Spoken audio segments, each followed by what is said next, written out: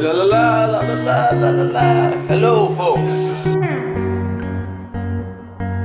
Here we go. We have 17 days until we are moving, probably even less by the time we upload this video. We want to make it as smooth as possible. We don't want to run into any problems because you're kind of sick of running into problems. Oh yeah. Yes. Basically this summer we've had a lot of just things go wrong and just problems. This whole thing has been a problem.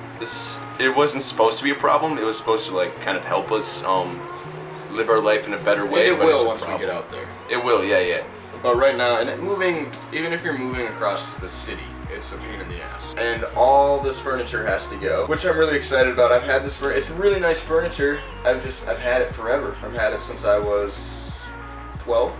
Well, yeah, long ass time. Even this bed? Yep. This was your 12-year-old ring hand bed? Yep. Basically, this is what happened. So for the whole tiny house plan, we were gonna move at the start of the summer. So that was May 31st. Well, let's go back even more. So we started this whole idea last summer that we were gonna move to LA and work on YouTube and stuff. Then I was still in school, so Wiley was gonna wait until I finished school in the spring, and then we were gonna go. But then we hit a problem because I wasn't gonna finish school in the spring. He had a seizure. So no, not even that yet. I wasn't gonna finish school in the spring. I wasn't gonna finish until next fall. All this shit was going wrong, you guys. So then it was like, fuck, now we gotta wait until next fall. And then in October, I had a seizure, which then... So that's when I moved in full time. Right? That's when Wiley moved in here full time. Because before we were just like hanging out, and then after that, he needed somebody to look after him. Well, Wiley would needed a babysitter. Wiley would spend the week here, and then you would go home on the weekends. And then you'd come back for the week, and you'd go home on the weekends.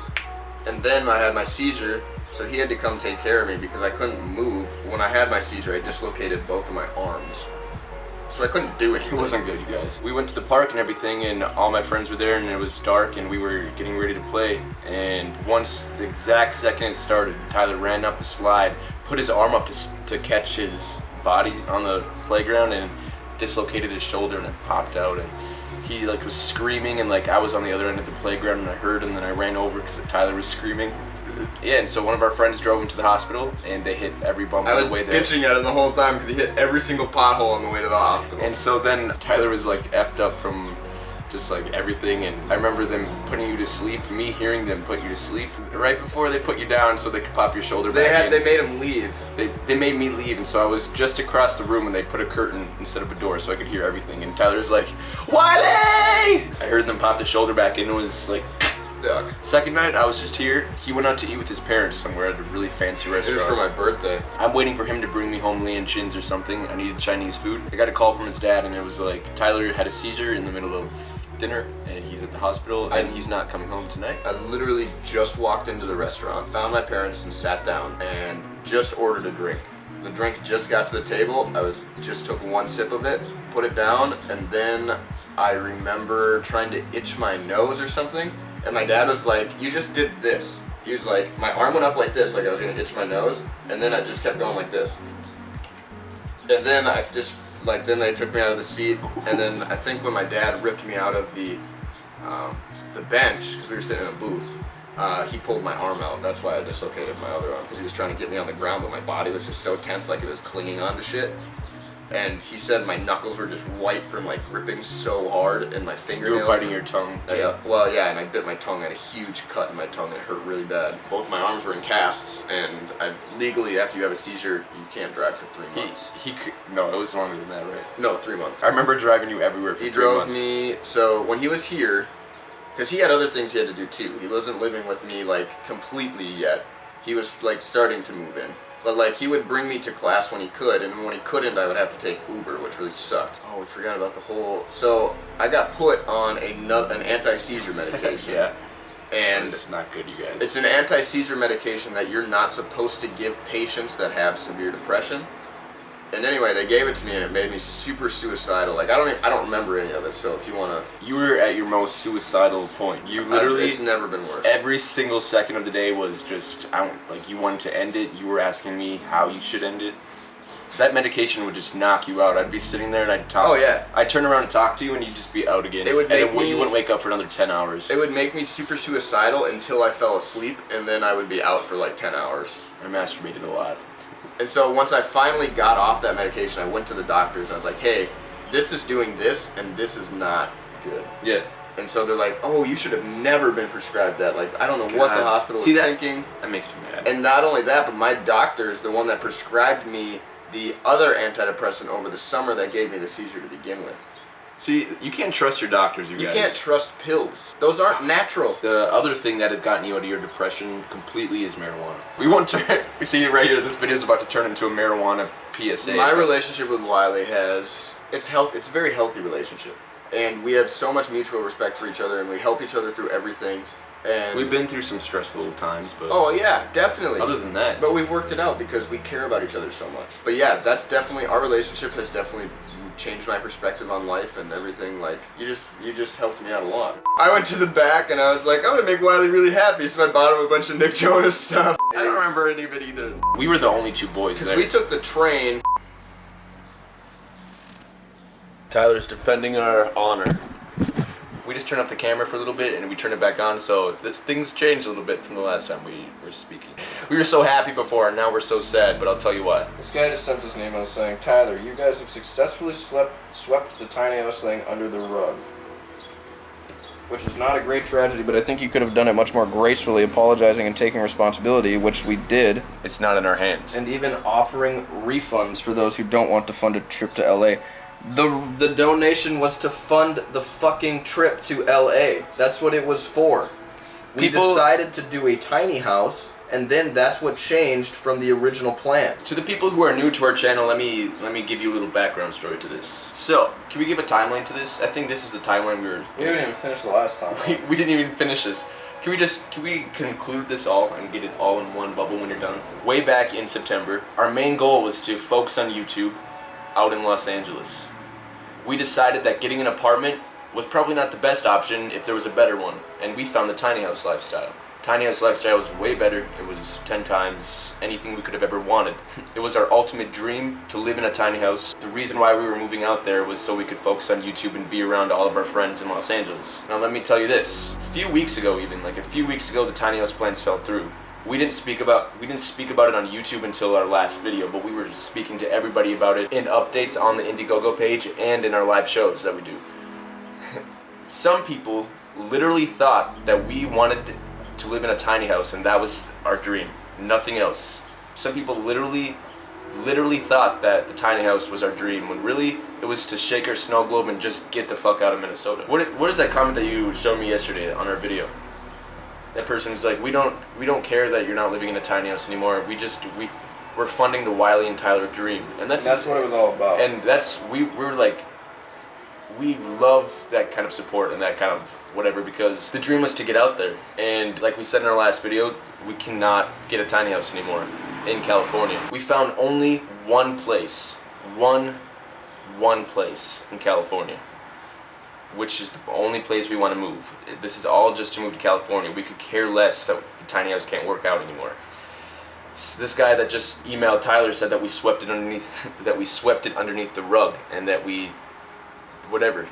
When really, no. We've been nothing but open and honest with everyone since it started. I think some people really need negativity. Some people are gonna make shit up just like they always do. And I think the more and more that we grow as a channel and as boyfriends and as people, there's going to be more people in this world that want to throw rocks at us. I realized how fast 20 days goes by, and then how fast 20 days goes by. Now it's 17 days, and it's like, oh God, our lease ends here. Our lease ends in this building on the 31st of July. We started an Indiegogo campaign, and we did all these live shows, and we got to know you guys so much, and we really formed this tight-knit family. Then there are those, I see it, stay with me, I talk really fast. There are those few people who have a problem with the tiny house not working out. I can definitely understand why. Our Indiegogo campaign was a way to get out there, and that was the avenue that we chose, but it didn't work out. And to me, it's honestly one of the most fucked up, weirdest things in the world that somebody would question our integrity and tell us that we are wrong just because a little 210 square foot box didn't work out. We're gonna live in a 600 square foot box in Los Angeles. It's just a box. I could care less if somebody really wanted to see us live in a tiny house, and now that it's not happening, they're mad. If that's all they donated for, then they didn't donate for us. They didn't donate for us, and clearly on our campaign it says we want to make our biggest video yet. We spent so much time planning this house, calling people, emails, getting money together, making sure that we were going to have enough money, getting a loan together. Emailing back and forth with the dude who was sketching our plans. I for the was tiny sending house. the money to the builder the day that the guy emailed me back.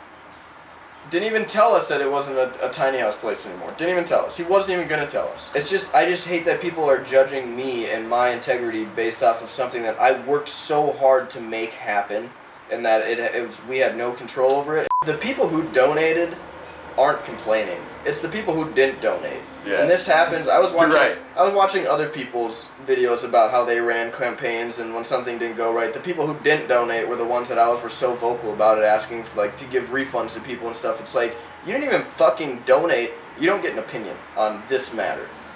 That's true. Every single person who donated We really know. wanted to see us and our well-being. We know the people that donated, and we appreciate every size of donation. Don't let what I'm about to say, neglect that. We appreciated every donation, whether it was $1 or $1,000. But we know the people that donated a lot Rob, of money. shout out to you. And Phil. And Phil. We know a God, lot yeah. of people that donated a lot of money, and none of them are upset with us. And they Every know. single person we've chatted with one-on-one, and literally and honestly, I could not be more grateful for this. Okay, so let's just fuck every single person who really just doesn't understand us, because they're not going to understand us, and they don't realize that this is our life, my life, his life, this is our life. That's what I said in the email. I'm not going to move to Washington just to live in a tiny house. Just because you guys want us to live in a tiny house instead of doing what we wanted to do, living out our dreams in California, that would go against the campaign. The amount of money that we obtained covered a 1/4 of what it would cost us to buy a tiny house, move across the country, and, you know, buy the equipment, everything we needed. People, I think that was going to cover everything. We were going to cover the other 3/4. The other 3/4. We've been living through some stressful times over here. And Like, the just tiny getting house, ready to leave our lives. the And tiny house was very stressful. Trying to figure out where we're going to get this other $35,000 from, you know, for the move. because we weren't about to ask that from everybody. No, we weren't going to ask that from anyone else. We were going to take out loans. I was selling my car. I was selling everything so that we could Live in a tiny house. get this money to make, you know, what we wanted to do happen. It's a blessing that the tiny house didn't work And so out. then I think once they called, I'm actually really pissed that they didn't call. But once we found out that the place was shut down, and and this is what I said in the email, we took a step back, we looked over everything, we decided what was best for us. We looked at the positives. Now we don't have to get a loan that we're going to have to be paying off for the next... You're right. Silver linings, you guys. Silver linings. Now we're going to be getting an apartment that costs $1,000 a month. The land that we were parking our house on alone was $650 a month. So that was just rent for the land. Not even the the mortgage for the house. And then we were going to have to get money for the drive out there. We were going to have to get more money for the equipment. And for food and just for bills food, for living, for gas, and so just for the on the jobs way in the middle of nowhere, because this tiny house community was literally 4 hours away from LA, 6 hours away from San Francisco, 8 hours away from Death Valley. We were going to drive. Where were we gonna work? That's the thing. We weren't thinking about that because we got so wrapped up in this tiny house, and we were We didn't excited. realize it's actually more expensive to live in a tiny house until you pay it off. Someone messaged us the other day. They're like, "We're so glad you're not moving up there anymore. You would have been so goddamn bored." All this negativity that these people don't understand, and I don't blame them, because we really didn't speak of it on our YouTube channel too much. So well, we just made a there whole it video goes. about it. Well, now we just did. It's a skull bowl. I said it's not necessarily a bad thing that the tiny house is out of the picture, except if it leads you to forget the goal of going small, which is such an important bucking of the trend of most people. Our goal is to never really go small. It's just what we were doing with the tiny house. I was not trying to upset you, but rather inspire you to own a transformation to a better form of living, which could in turn inspire many people. I don't think you think for a second you are only screen people, but you have the opportunity for your life to be a part of the transformation we all need. And I want to help strengthen you in this, which is why I'm happy to have supported you. And then That's awesome. Then he sent another one saying, but you're right, my note was a bit asshole-ish, sorry. Wait, let's see the note. Or, I mean, let's see his first. We already read it. Which is not great tragedy, but I think you could have done it much more gracefully. It is. You're right. We could have done it more gracefully. If you guys wanted to see all the nature stuff, we're still gonna go. Oh, we're still we can giving you still a bunch of earth. Go up there, yeah. We can go up there for a day or a weekend. We don't have to live up there. We can go to fucking Lemon Cove and camp now. And put a tent.